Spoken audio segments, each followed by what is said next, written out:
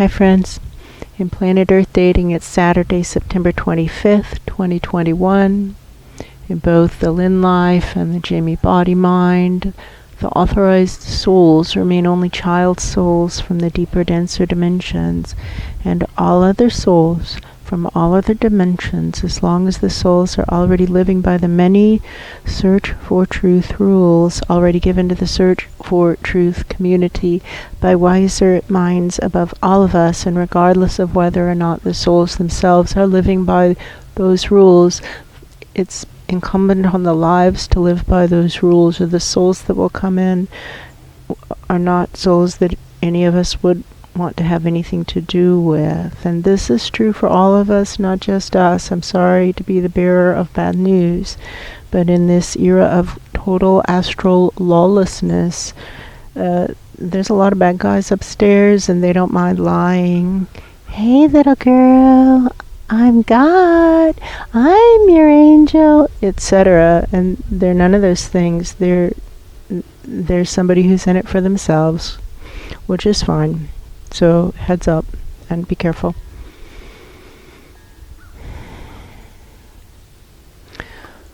They're talking about how to stand out from the crowd of our toxic society. If you have access to a computer, which we know you do because you're watching, then odds are good you're a participant in a society that is responsible for destroying life on planet Earth, and that's really, really sad.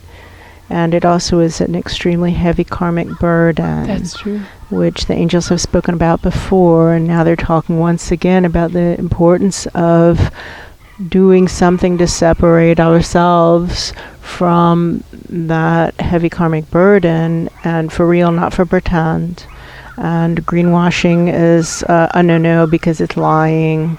That's right. And the no-no list: don't lie, don't cheat, don't steal, don't be violent, and sometimes worded as don't bully. That's It right. depends what level the listener is working at, and most listeners are working at the level of don't be violent. Like that's big enough.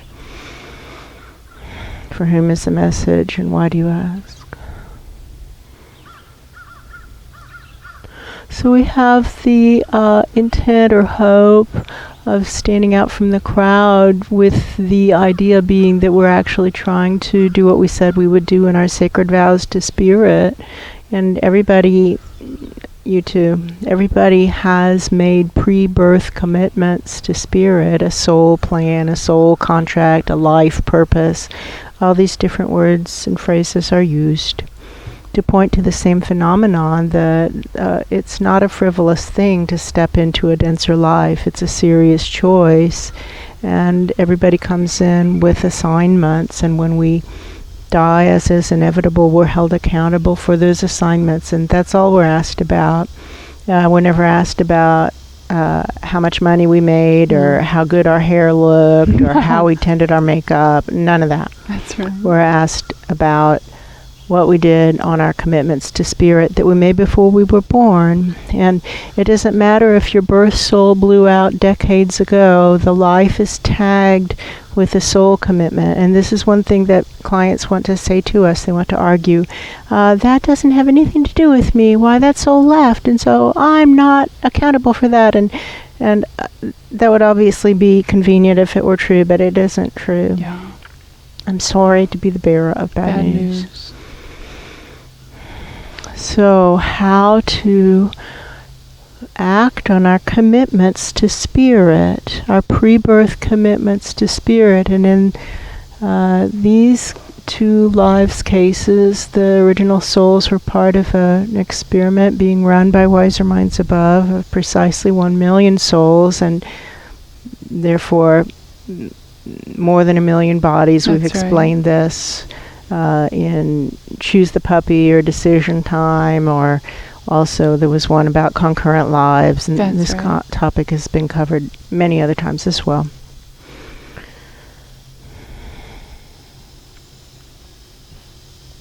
But we're supposed to be creating worlds that work in all dimensions for all categories of sentience. And that's a tall order. Yeah. And obviously, since Ground Zero host lives don't have legal standing, or at least ground zero planet Earth host lives don't have legal standing. It has to be done by inspiring higher powers to do something. And so, because the higher powers can do whatever they want. And remember that. It's really important. So how do we inspire a divine miracle to create worlds that work in all dimensions for all categories of sentience? And we've been participating in this effort, being of service to Spirit with the intent to accomplish that assignment for 20 years over here plus, but definitely 20 years. And that one... About 8 years? Maybe 8 years. So we've had the opportunity to watch some very intelligent higher powers sorting through the data very carefully, sifting through it, and coming to the conclusion that the karmic cycles are way too long. Yeah, that's and true. That the karmic cycles simply must be shortened. And until the karmic cycles are shortened, the participants in this project, meaning planet Earth and its environs, all the astral realms that are interconnected and interwoven, all the other dimensions, until karma is delivered reasonably concurrently, presences are not likely to understand when and how they went astray. That's right. And nobody's smart enough. No species, no known species. No. So we're interested. We have interest in that inquiry of how does one inspire divine minds to shorten the karmic cycles for all who pass through ground zero planet Earth, each of us for ourselves as individuals. And one thing that has been suggested by higher powers is that we have to simply start with the bad tail of the bell curve of karma, because all of humanity is participatory in destroying life on Earth, and so even the best of humanity is still tainted with that heavy karmic burden. That's true. So we have to start with the worst of the worst in delivering karma more concurrently, so that others who are nearby will be able to see that looks like the hand of God, acts of God striking down that person, and maybe the observers will kind of step back from their own selfish plans, greedy plans, their plans of lying, cheating, stealing, being violent, or bullying. That's true.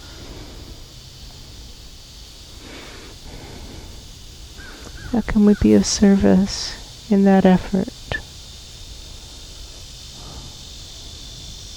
How can we be of service in that effort?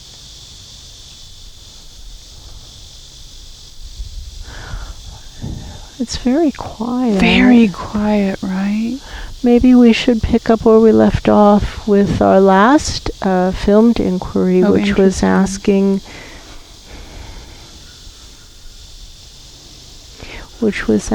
about the backup at the gates in the astral dimensions. Some viewer commented saying that he or she could see a backup at the gates, like a bunch of people in the airports, but the flights were canceled. That's right. The viewer was confused about what was going on, but we think it's pretty clear that shows what happens when there's no upward flow and the dead cannot get up to spirit. They need an airplane. They need the lift. That's right. They can't just grab a fireman's pole and jump down. They need a lift. And so all the flights are canceled because the upward flow has fallen apart. That's true. Possibly because of deforestation and possibly for other reasons. The point is that the upward flow is no longer functioning. Yeah, that's right. And now, how do we get the dead out? Because surely they're not racking up good karma. No.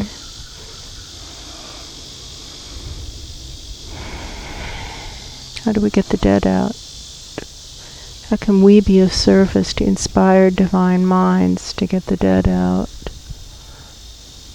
Because we're just two small lives in this dense dimension, pretty much without resources and without a platform. Like, nobody listens to women who are saying inconvenient things. No, that's true. Which is fine. How do we inspire divine minds?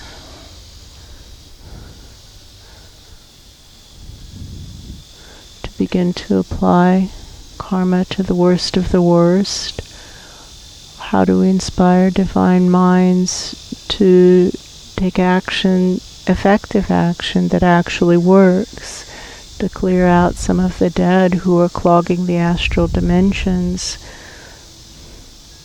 to make it easier to assess karma real time?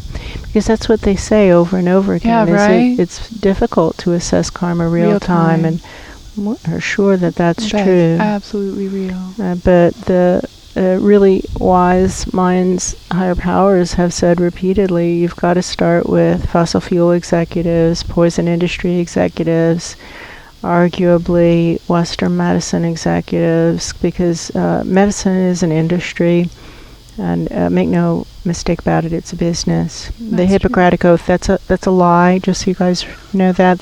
They don't really teach that in medical school. No, it's not there. It's not there. We've asked a bunch of people who've been through medical school, aka doctors. That's right. They shamefacedly and universally admit it's not there.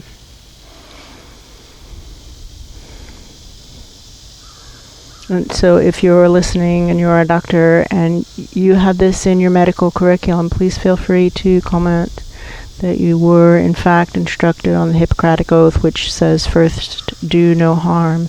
And we're not saying that Hippocrates didn't have that theory, but we have asked many graduates of medical school.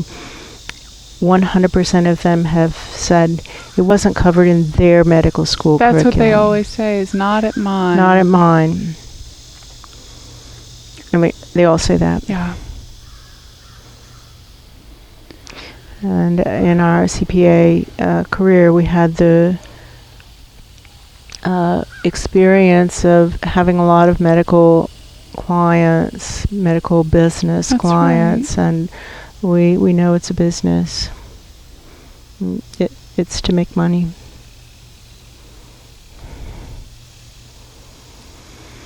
So arguably that industry, which is lauded as do-gooders, but they aren't, are in the bad tail of the bell curve of karma, and possibly also the media, who is, it's also just a business. That's what they're talking and about. So the problem is not that they're just businesses, either of those organizations. The problem is that they lie about being just businesses.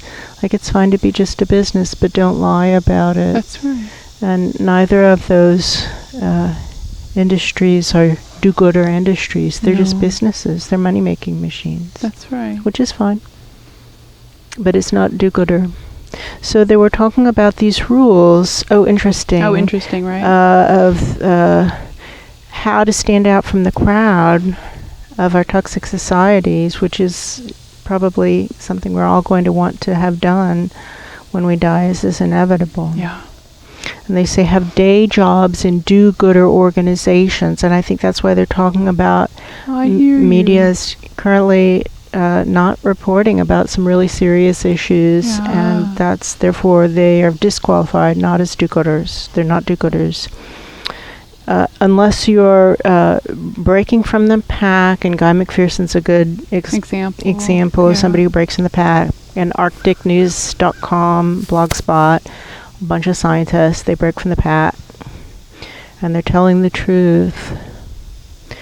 But by and large, the media does not qualify as do-gooder organizations. Neither does, by and large, Western medicine, the entrenched healthcare so-called healthcare system, which we really would like for you guys to focus on something, which is when you go into the hospital, Usually at no point do you sign something that says, I sign away my right to say no. That's true. But all you have to do is spend a lot of time in hospitals, and particularly in intensive care units, and you see that people are denied the right to say no. That's right. They try to refuse treatment, and they are forced, like physically restrained and chemically restrained, and their treatments are imposed upon them against their wishes. That's And true. this is standard practice. It's actually standard practice, and everybody pretends that somehow that's okay, and people have stopped questioning that. And so then if you don't want to have medical practices imposed on you against your will, it seems the only option is to not go to a hospital, and that Right. seems really unfortunate, because what if you break an arm? Right. Or have slice yourself with a chainsaw, Yeah. right? Which can happen, and then you're going to want to go to the hospital. But then they don't stop there. So I think the walk away would be no surgery, other than set my bones, stitch this up, but nothing else. And we've had clients who have gone in for some limited procedure. That's what they're talking about. They authorized a limited procedure. They go in. Instead of that, the hospital does some extremely long extended procedure, very expensive, of course. And the person is under anesthesia, not conscious, not consenting. And people who are listening are going to think that, that you're just talking about one person, but we've had client after client after client. We've been doing this work for 25 years, and it's people who have had bad experiences who walk the freaky fringe. So they're there. Yeah. And so Western medicine is not do-gooder, and sadly, for the most part, neither is the legal system. It's not a justice system, and in this profession, we deal with people who are suffering, and they're suffering at the hands of the power elite in many cases. Yeah. And the power elite includes medicine and law enforcement, and so neither of those organizations are do-gooder organizations. I'm sorry. I wish I had better news for you, but our society wants to say the military are heroes, and our experience of treating military vets in this profession is that they have all done horrible things, and their big concern, the ones who come to us, is who's going to answer to God for the things that I did, and they don't like the answer, but it's an obvious answer. So who do you think? Who's going to answer to God for the things that they did? My guess is they will. They will. My guess is they will. Like I will for mine. Like I will for mine. And so these organizations that are held up as pillars of society and do-gooder organizations, when we, lift up the Band-Aid and look underneath it, it's ugly and rotting. Yeah. And so medicine is right out. Military is right out. For the most part, sadly, law enforcement is right out, which is heartbreaking. All of them really are heartbreaking. Really hurt. And the media, the right media. out. And someone says, and now we come to science. And the scientists, mostly they're just cowards, and and they want to have their funding, and they're just on the payroll of somebody, and somebody is trying to get them to prove that whatever they're doing is not a problem. And the proof of the pudding is in the tasting, and obviously we have big problems with fossil fuels and poison, among others. That's and right. Destructive practices, destructive construction, destructive fishing, these practices that are so destructive. So don't affiliate yourself with any of those industries. Take activism to change the course of destruction, and that's what we're doing. And take risks to change the course of destruction, and if you see all the hate mail that we get, you would agree that we're paying a price for it. And tithing. Tithing. 10%. Give 10% to do-gooder organizations who are actually doing good, not the hypocritical.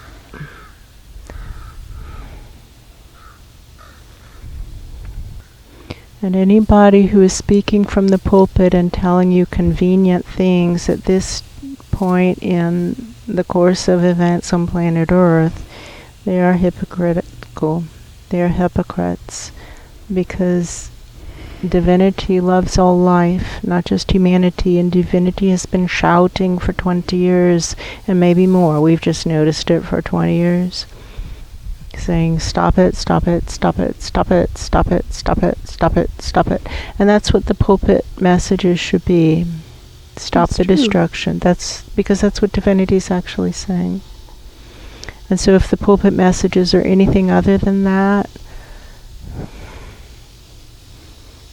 I'm not sure what words to use for people like that, but they would not be flattering.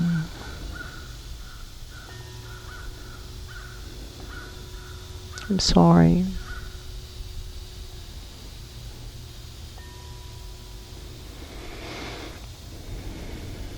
And it's interesting because many people go into that profession, speaking from pulpits, because they don't want to have any accountability, and what they're actually buying themselves is the ultimate accountability.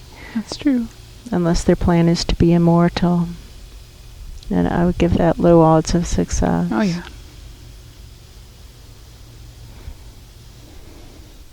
For him is the message, and why do you ask? Somebody says, well, now we've pretty much irritated everybody in the room. Yeah, right. I hear you. All right.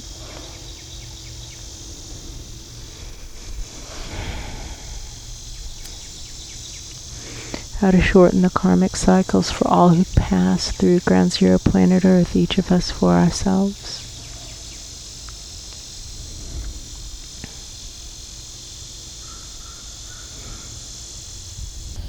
Yeah, wow, if you really want to infuriate everybody who's listening anywhere, try to define what a do-gooder organization is and find somebody that fits in that box. Well, the ones that this toxic society says are do-gooders, they're all really evil. Yeah. Really evil. That's the villains. problematic. The villains. Yeah, they're the villains. No. Some of the villains. Mm-hmm. Oh, that guy crying in the kitchen, who's going to answer to God for the things I did? You, friend. Like, just start racking up good karma. That's all you can do now. Just try to counterbalance it. That's all you can do.